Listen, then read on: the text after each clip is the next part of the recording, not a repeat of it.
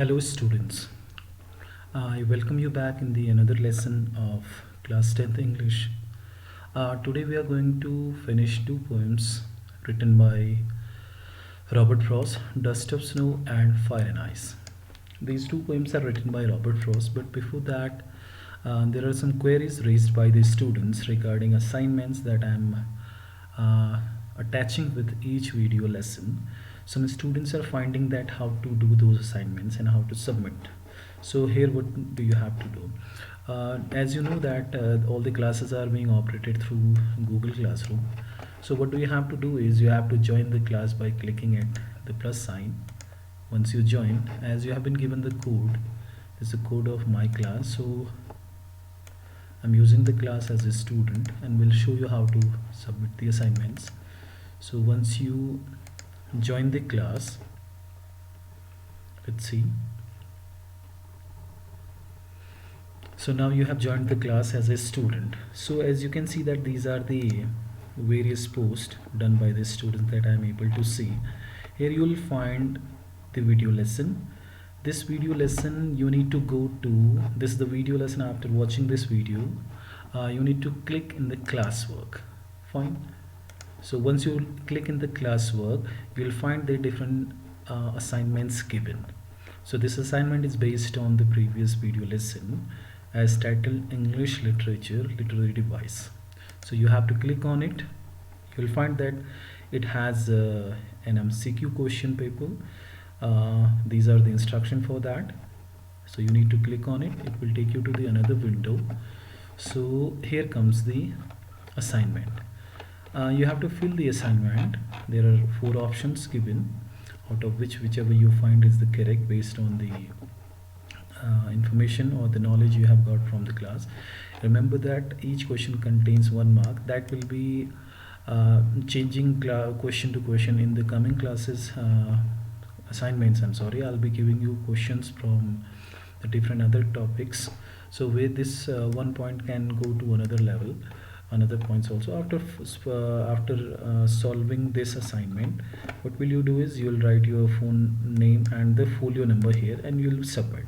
I've seen that some students are trying to solve the assignment twice or thrice, as I can get each and every report of you. This is being generated to me. I'm able to generate the different consolidated reports. So you don't need to solve the assignment twice. I'm repeating, you will solve the assignment only once. So once you solve the assignment, once you submit the assignment, I'll get in my window here the report of all these students, so that I'll show you here. See, this is the report of all these students that I have got. So you don't need to solve the assignment 2 times, you need to solve it only once. So once you submit this, it will come to me. Fine, you don't have to do anything else, but keep on watching the videos here. You watch the videos here and see, this is what the video. Or if you have any query, assignment is also posted here. If you have any query, you can post it here.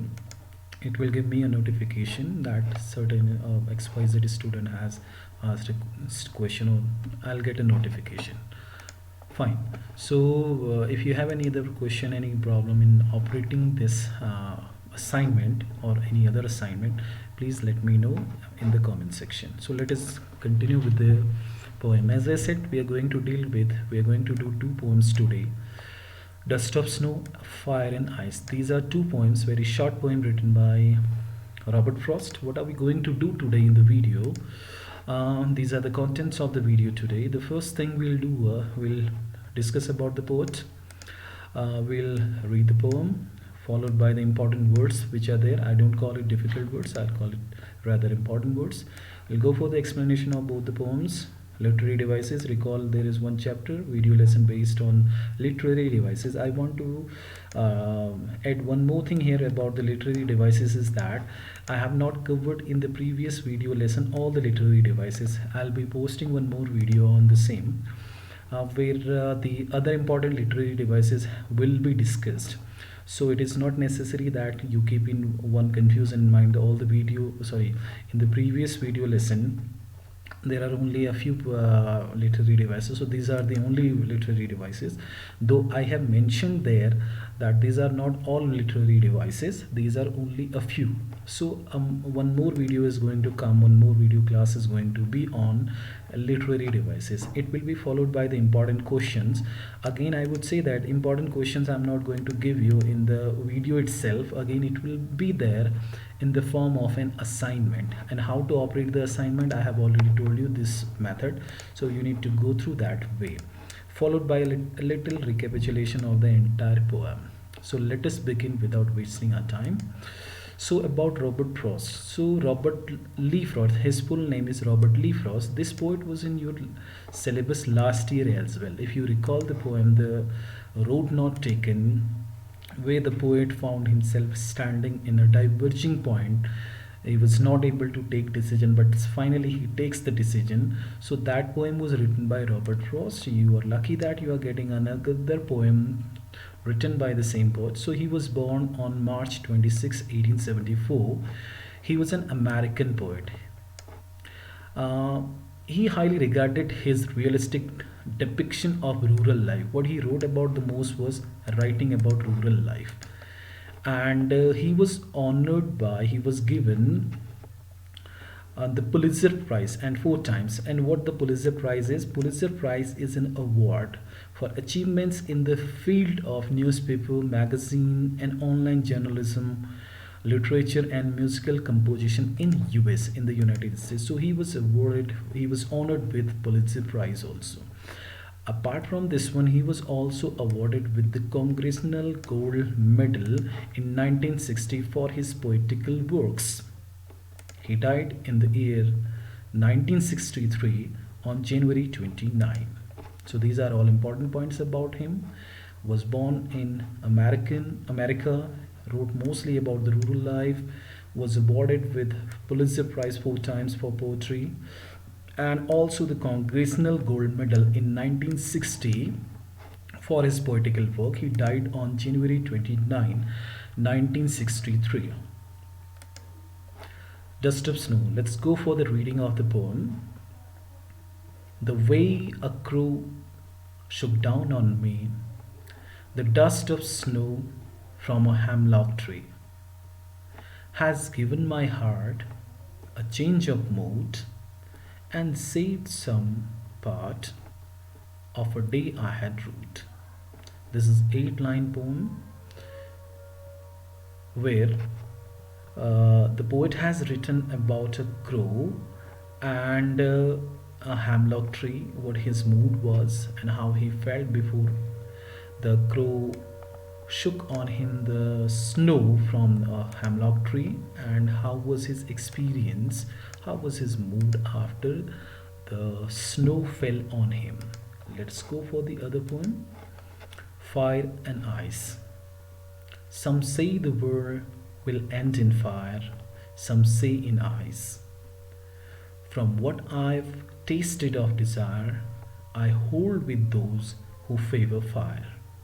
But if had to perish twice, I think I know enough of hate to say that for destruction ice is also great and would suffice. So it is also a very short poem. So these two poems are not same. This is a different poem and this one is a different poem. Don't consider it as same poem. These are two different poems. Let us go for some important words used by Robert Frost in the poem. The first one is shook. Though it is a very easy word, it's not the meaning of the word you just have to go by. You have to understand why it has been used. Shook is the past tense of shake. It meant here the emotionally or physically disturbed, somebody who was upset. Hemlock. Hemlock is a highly poisonous European plant that contains poison. I would like to show you, this is the hemlock tree. It looks very beautiful, somewhat like a tree that we use on 25th. You must know that the name of the tree. So hemlock tree is used. Root. It comes in the previous poem, the first poem, Dust of Snow. Ruth means to feeling a bitterly regret, feeling something bad. Hold, these four words are from the next poem, this one, The Fire and Ice. So hold, past tense of held. Hold me to say support. I would support here for what?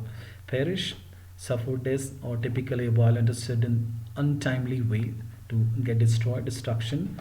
The action of or process, you can say, causing so much damage. Suffice, to be enough or adequate. So these are some of, since the poem is very not very long, so there are very less number of words which that you will find are not are a little difficult. So I have taken a few which are not only important in the poem, but sometimes these look very difficult also. So if you focus on these words, you will understand the poem very well. Let us go for the detailed explanation of the poem. The poem first, Dust of Snow. What will you not take this dust as the dust that we commonly use, which is for dust, which is a bad thing, but dust of snow here the poet has used just to show that some snow was thrown upon him by different way, by the crow that will go on. So let us go the explanation for the explanation of the entire poem again. The way a crow shook down on me the dust of snow from a hemlock tree. Uh, Crow.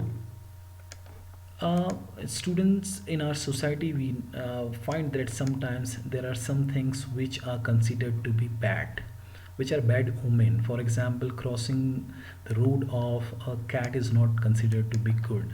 Eating or taking a spoon of curd before your any examination, it is considered to be good for your examination. So our society is not only our Indian society but also the different societies in the world. They're full with different kind of bad omens which are considered there. You must have heard about, you must have experienced also some very common bad omens these days. Sometimes you would have heard people asking you to forward various messages to get good news. So these are bad omen. The poet has taken here two things: focus on the word crow and hemlock tree. So there are, these are the two things. These are considered to be bad. Hemlock tree, if you remember in the previous slide, I told you that it is a poisonous tree.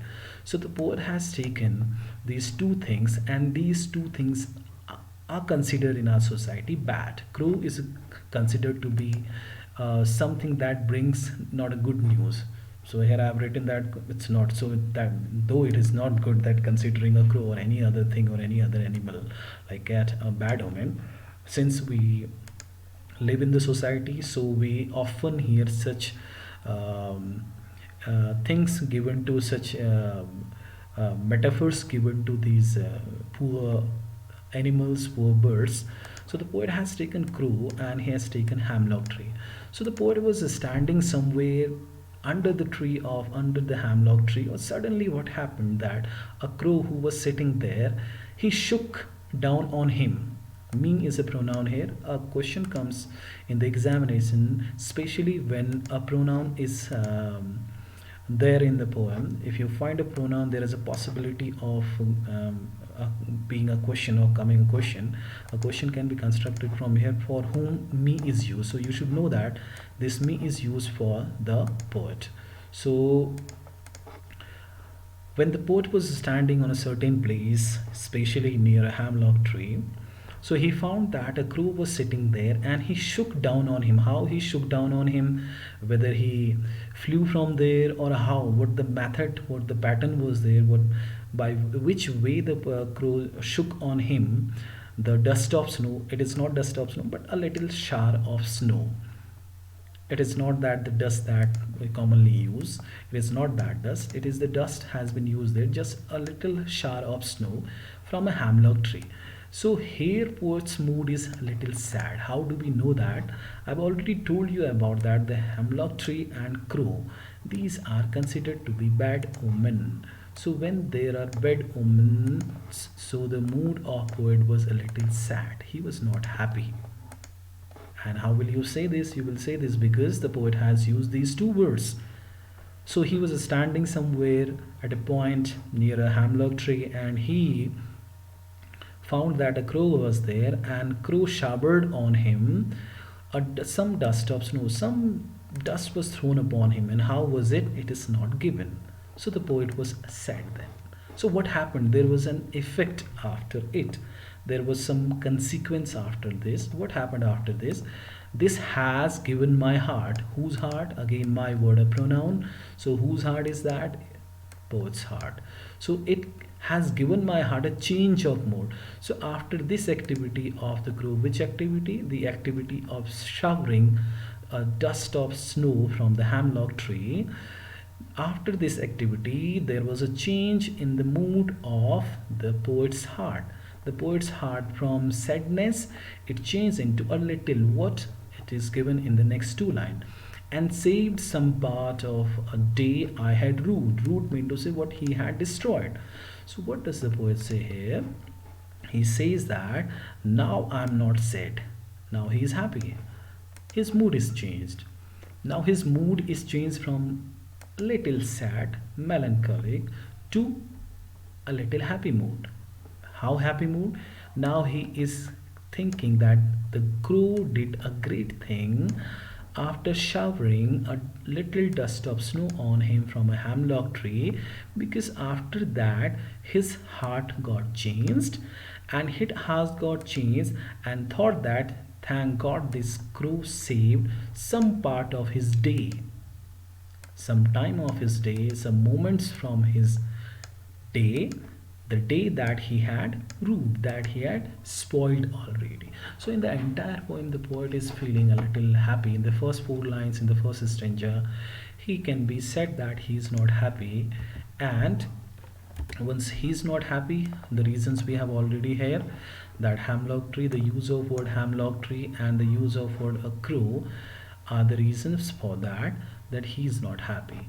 So the crow did something, and what was that something? That he shook down on him the dust of snow, a little shower of snow he threw on him. He poured on him. How? Maybe he flew from there, or maybe he fluttered his wings, or he did something like that, which made a little dust of snow fall on him. So what was the consequence of that?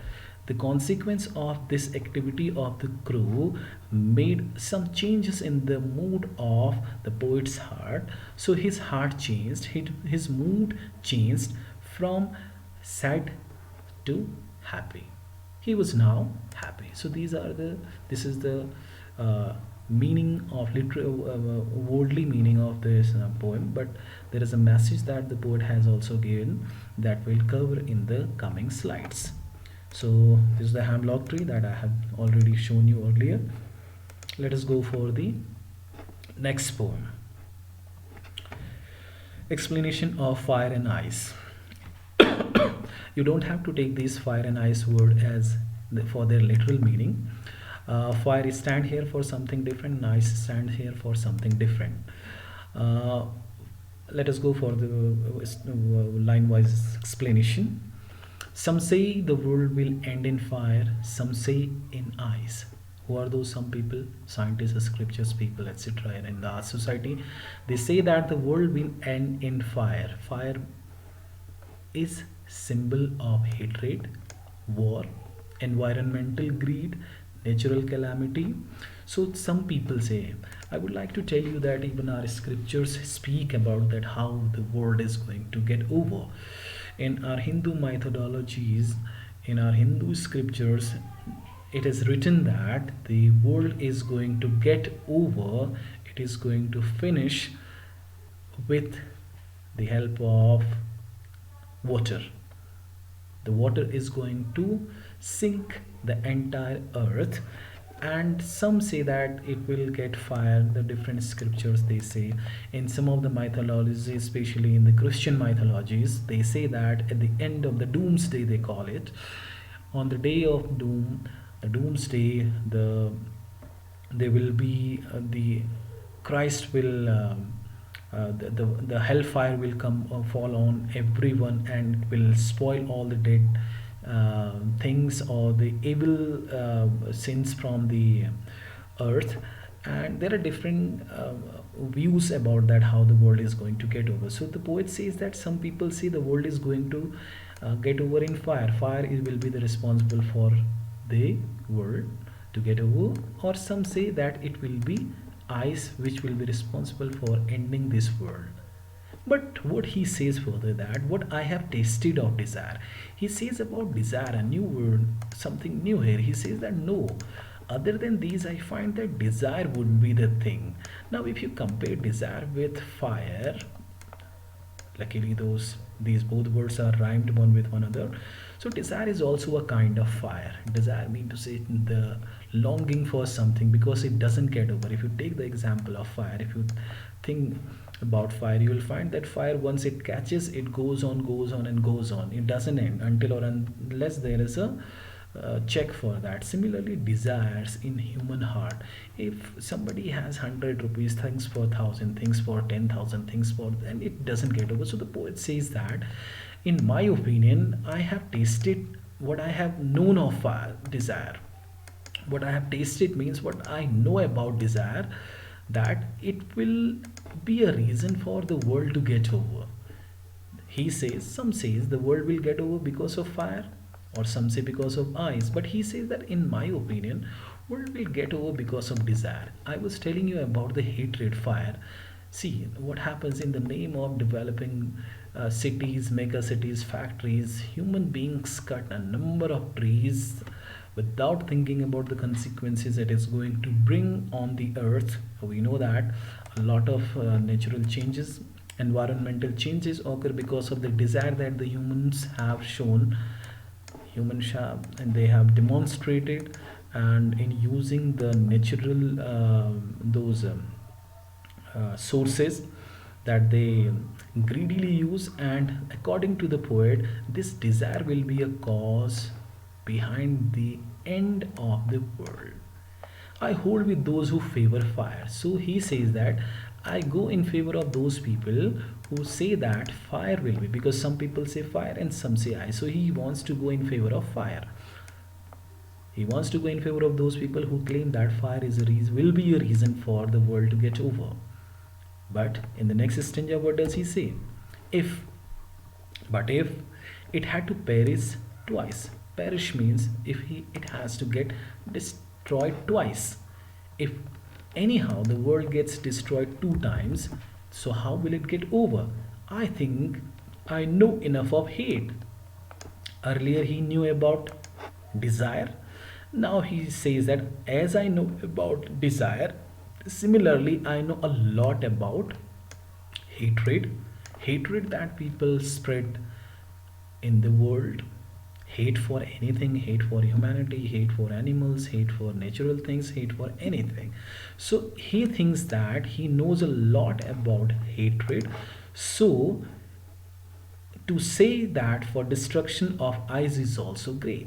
So for that, ice is also great for destruction. So for that reason, ice can be a reason, hatred can be a reason for the world to get over. Earlier desire, he says, desire will be a reason in his opinion because he has tasted it. He knows about tasted mean to say I have known about it. So he says that if the world has to get over, if world has to perish, world has to destroy two times, in that situation hatred will be the reason.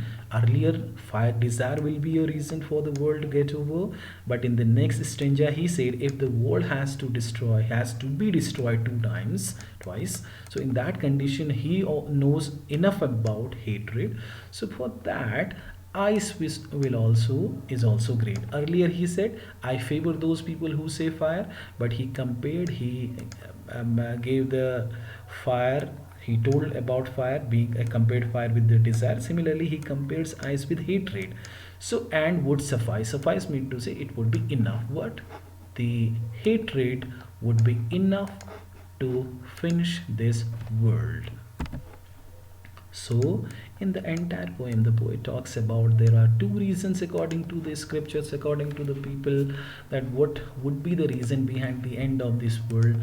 And he says that some people call the fire is going to get Fire is going to be the strongest factor for the world to get over. Some say that ice is going to destroy this world, but he says that I would like to go in favor of those people who say fire, because he compares fire with desire, desire of anything, desire of money, desire of uh, environmental thing, desire of nature, desire of everything will be a reason behind the destruction of this world. In the next stanza, he says that if this world has to get over two times, if anyhow, somehow, the world is to get over two times, first with anything, it could be fire, he says, it could be desire, he says.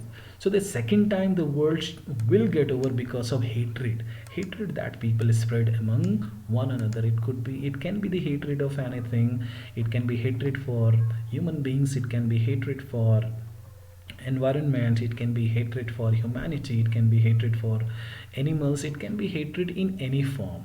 So in the first stanza he says fire, and in the second stanza he says that the ice, or say hatred, would be the reason behind the destruction of this world, of this earth. Let's go forward.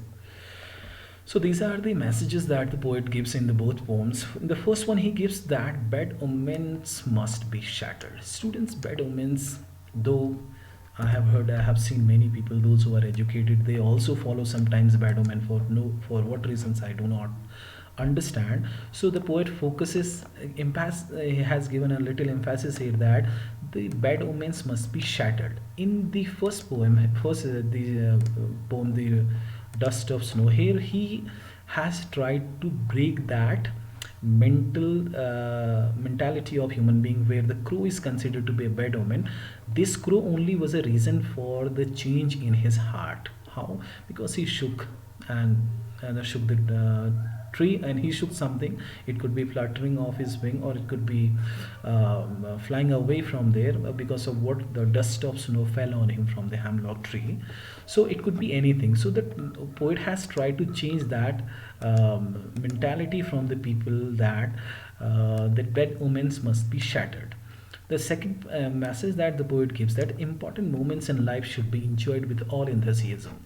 So you saw in the first poem only that poet earlier in this first stanza, he was a little sad. He was not happy, that his mood was sad because of different things. It has not been given by Robert Frost there, but the moment the crow shook on him some ice, some snow from the hemlock tree, there was a little change in his mood, and he felt very happy for that, and there was a little change in his mood. So he wants to say that there are different moments come in our life where we find that those the moments of happiness are there. So we should enjoy those moments of happiness, and we should contribute, we should keep on finding the different reasons for being happy. Where Robert Frost, he found a little reason. This, though, if you practically think that just shaking, just getting a little shower of dust is not a huge reason to be happy, but the poet just want to indicate here, he just want to tell here us that, see, the different moments can come in our life where tiny drops of happiness can bring a lot of changes in your mood. So this is what he wants to speak there. And the next poem, the fire and ice.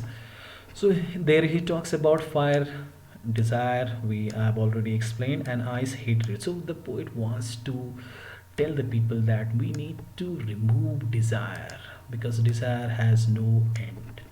It's not going to get over in within one completion of desire. It will continue. Once one desire is over, it is going to originate various factors to create a new desire for you.